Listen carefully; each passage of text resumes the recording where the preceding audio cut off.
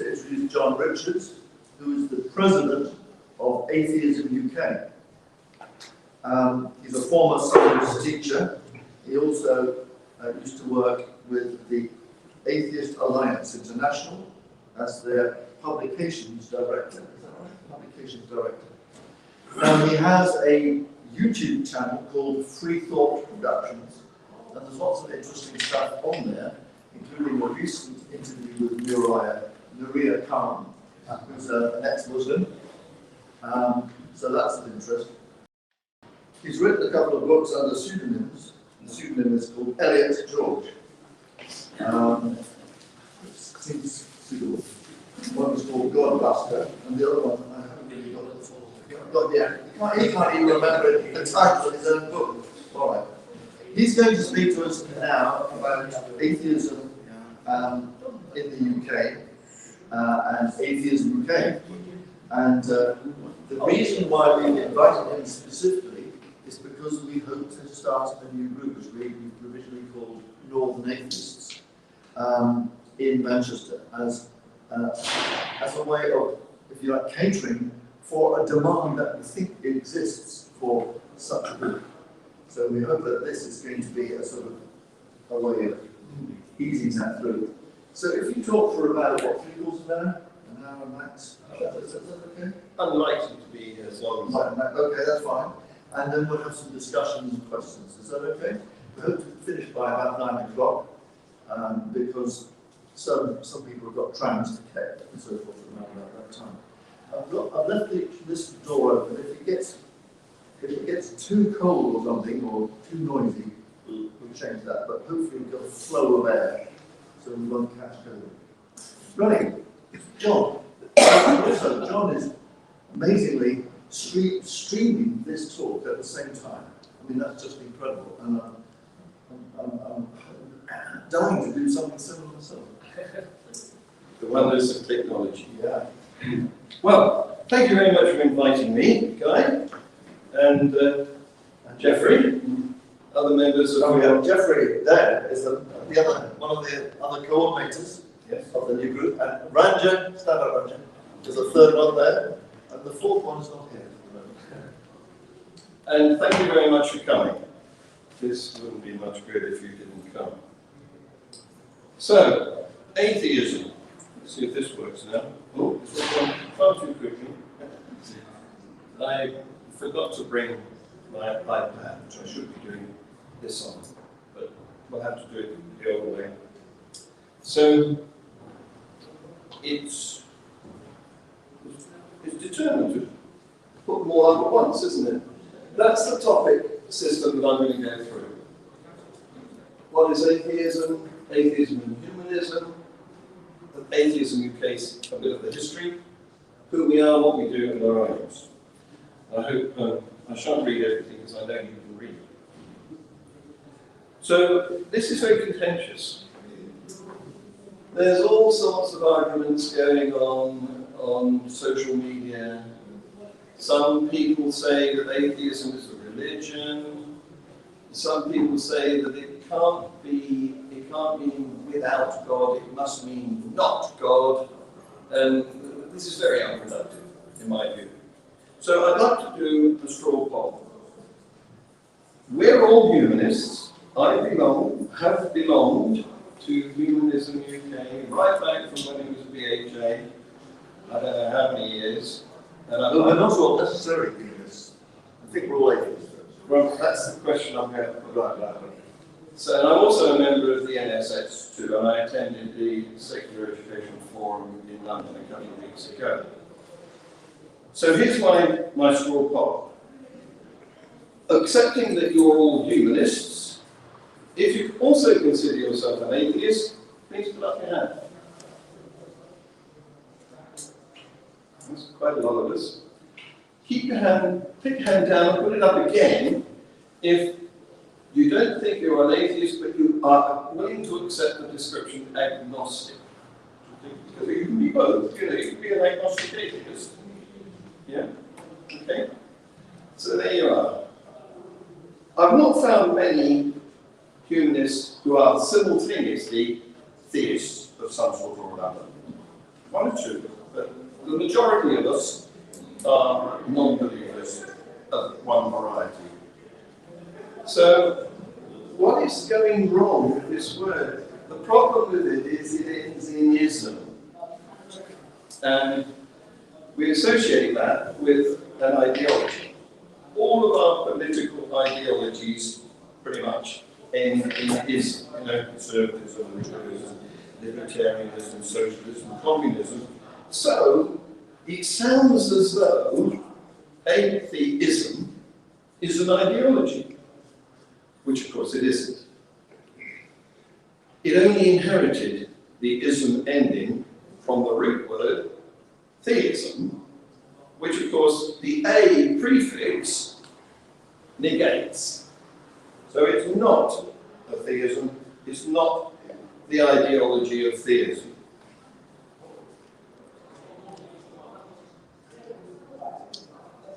There you go, that's my take on atheism and how we should regard it to, what we should regard it to mean. And I don't suppose there's anyone here who has any difficulty understanding the word apolitical. We all do. That's not a problem. We all know what it means. It's somebody who's not interested in politics, who doesn't have a political stance, who doesn't belong to a political party. So why can't we think the same of atheism? Okay?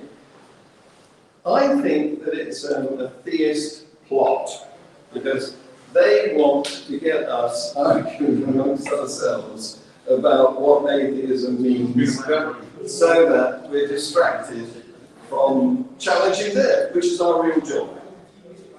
Come on. So my view is that we're all born atheists, because when we're born, we don't even have language.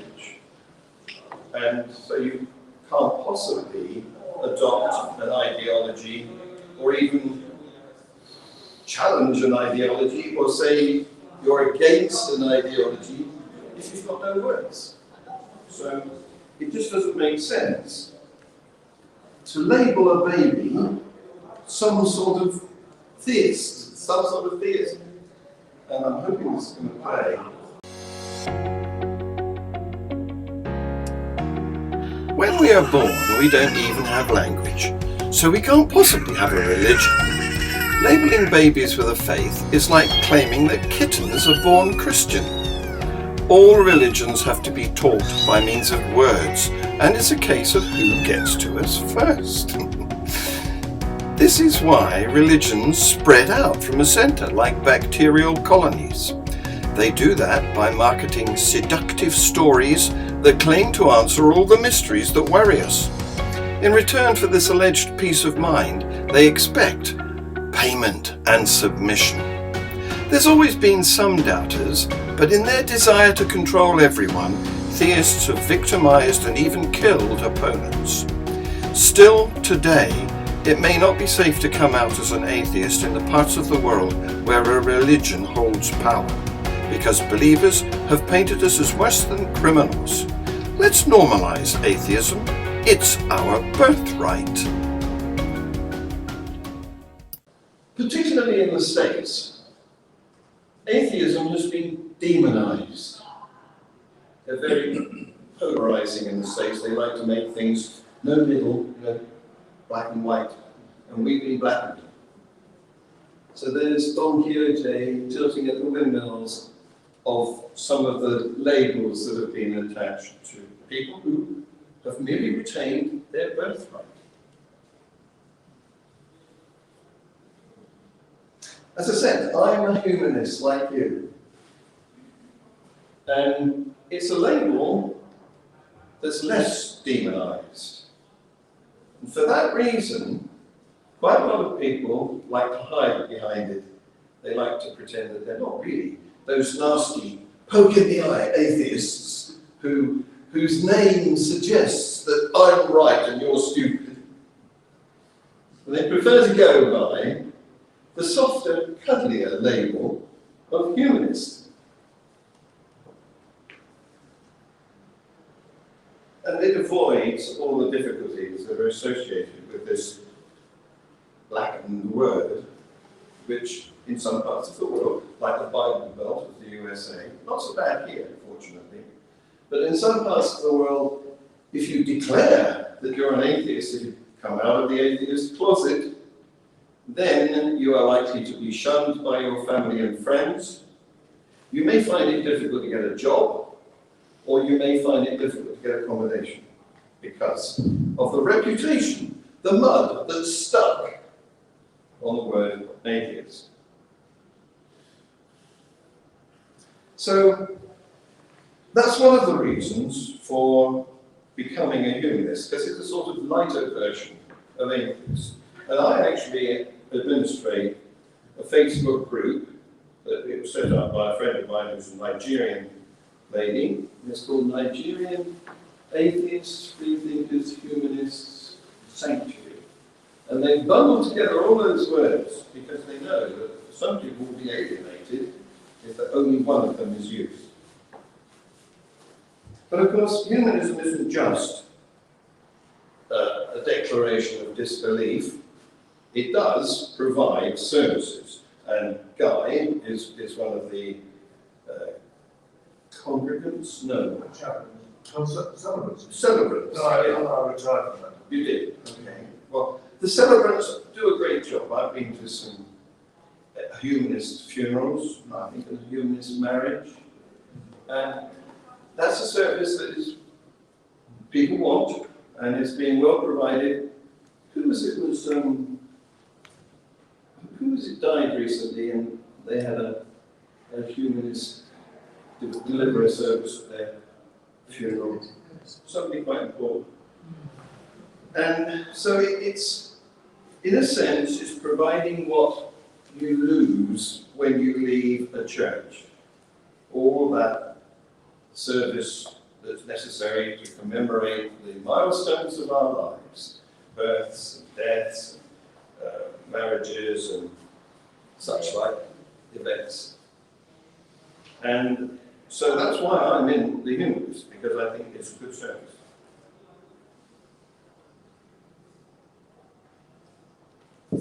And of course, there is the actual human aspect to it. It's humanitarian values and human rights. It's good work. But we have some people, and it's secular, of course. That's got to be a good thing. We have some people who still prefer to identify themselves as atheists. I'm also in the National Secular Society, as I said, and I find that they are more political. They're much more of a sort of a single issue sort of organisation. Many more members, much richer, of course, because they've been going longer and they've had some bequests from quite rich people. So they're doing a good job too. They're campaigning on issues like faith schools, like morning assemblies, which still, thanks to the 1944 Education Act, forces, in theory, schools to assemble and deliver a Christian congregation-type meeting, unless they are in a school that's labelled by some other faith. That's still the law, although most schools ignore it and seem to get away with it. Worryingly, our current Archbishop of Canterbury, Justin Welby, is much more evangelizing than previous archbishops, and it's his intention to try and reverse the decline. He's noticed that over the last century, Anglicanism has gone down the tubes, and so he's trying to reverse the decline, and he's just appointed the Bishop of York, what's his name, Carter, who is of a similar mind, and they've announced that their thrust is going to be into the youth. They're going to aim at their faith schools and make sure that they're delivering their Anglican message. And one of the other things that they're doing is they think that their existing parish system has become sort of, not exactly fossilized, but sort of apathetic. So they've decided to set up sort of rival meeting places in keen people's homes, people who are really strong proponents of evangelical Christianity, and to allow these lay people to hold their own services. And interestingly, the what's the name of the church? The Church Times, the church newspaper. The Church Times. Mm-hmm. The church. One of the correspondents in the Church Times described this move as the church casting off its buildings and its staff and running naked into a world that couldn't care less. Now, that was in the Church Times. I love it. So the National Secular Society is all about separation of state from religion, or religion from state. They want to get rid of the bishops in the House of Lords, for example, and I'm fully in favour of that. Let's take a look at Atheism UK, which is the smallest and the youngest of these organisations. But it was set up, I think, in 2009, in the usual way, by a few blokes meeting in a pub in London. And they decided that the existing organisations, BHA as it was then, and NSS, were not delivering the goods. They wanted faster action. And so they set up Atheism UK, and it's an organisation that meets March 2009. It meets in Sir Richard's company. It meets in London and online. Of course, since lockdown, it's been entirely online. But up until then, the policy was to meet quarterly, physically, in Conway Hall, Red Lion Square, the home of the Ethical Society. And there is a website, a YouTube channel, which is what you are being live streamed to right now. And there's social media, quite active on Facebook, Twitter, Instagram. I'm not sure, well, it's not my department. And so there you go, we are currently 3,000 members and growing. We have an elected council. I was recently elected into the role of president. My vice president is Richard Honest, who is he's a police lecturer. He's a PhD who lectures in various universities, including Canterbury, and I see tomorrow he's going to be in Surrey. Our treasurer is Ferran Nogueroles. Our webmaster is Mark Emberton. Video master is Andy Phillips. Our other council members include Norman Backrack, Jeffrey, Brad Doherty, Guy, and Kaiser Rahman. And these are the partners in crime that do the weekly podcast. That's Mark Emberton, Andy Phillips, don't know who that is, Richard Holmes. So you can tune in to those. They are uploaded to Atheism UK YouTube channel.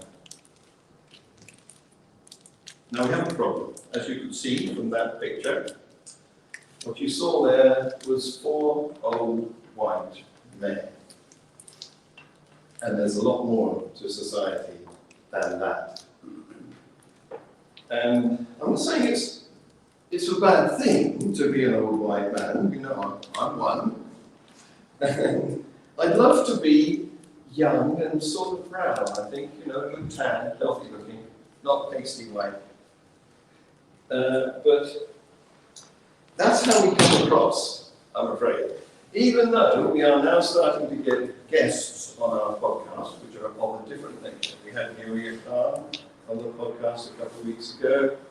We had Esther, I can't remember her surname, but she styles herself as the Afro-Humanist. She was on the podcast, and we've got some more scheduled with other grumpy old white men. And I've included nerdy in there, but I don't think that's a bad thing at all. I think that nerds rule. When you look at all the richest men in the world, they're nerds. And being a nerd, of course, enables us to appreciate jokes like that.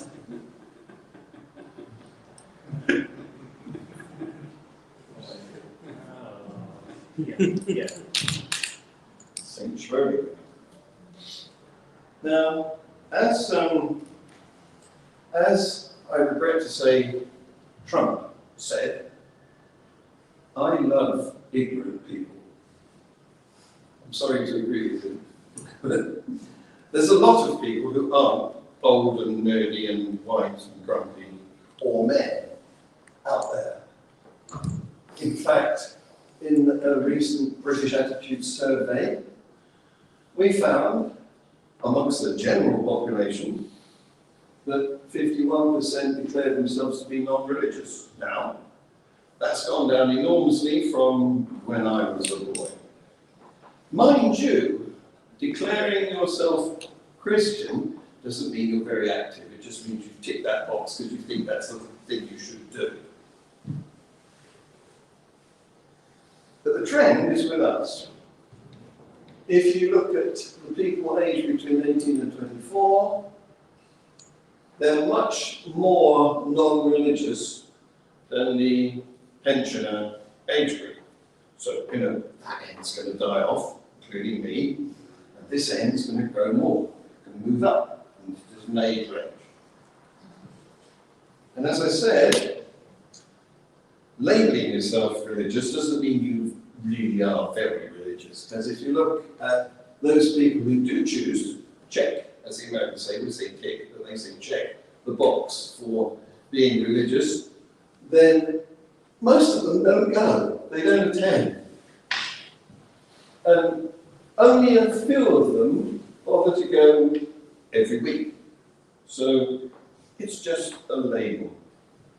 That gives us plenty of opportunity to grow. And we can appeal to all and sundry, not just the nerdy old white men. To give you some idea of how popular the notion of not believing is, the entertainers, the people who are most on our screens, who we most want to watch, pretty much to a man, they are on our side. These have all declared themselves to be atheists of one flavour or another. So, we have a big appeal potential. That's why I think we should go down the route of providing some entertainment to try and get in people who don't just want to come and listen to some old guy rabbiting on and there's songs, there's comedy. You should tap into that. So what does A-UK do? Well, as I said, we meet monthly. We do the podcasts, we blog. There's a website, atheismuk.com, which you can visit, and that's where you can join if you want to. Sign up there. And we organise events, and we organise campaigns. So, and we are more increasingly active in those last two categories. I confess that there's been a period of, let's try and call it atheism, where you don't believe in God, but you don't get off your butt and do anything about it. So we're coming out of that now. And what do we aim to do? Well, we want to reclaim our birthright. We were born that. We shouldn't let them steal it. And we want to secularize the UK. So you notice that some of these aims are synonymous with the other organisations that have been going for a longer time. There's no reason why we can't work together. And all the people who elect to call themselves atheists align with the campaigns and the activities of the humanists and the secularists, as we're really all one bunch. So, being an atheist is our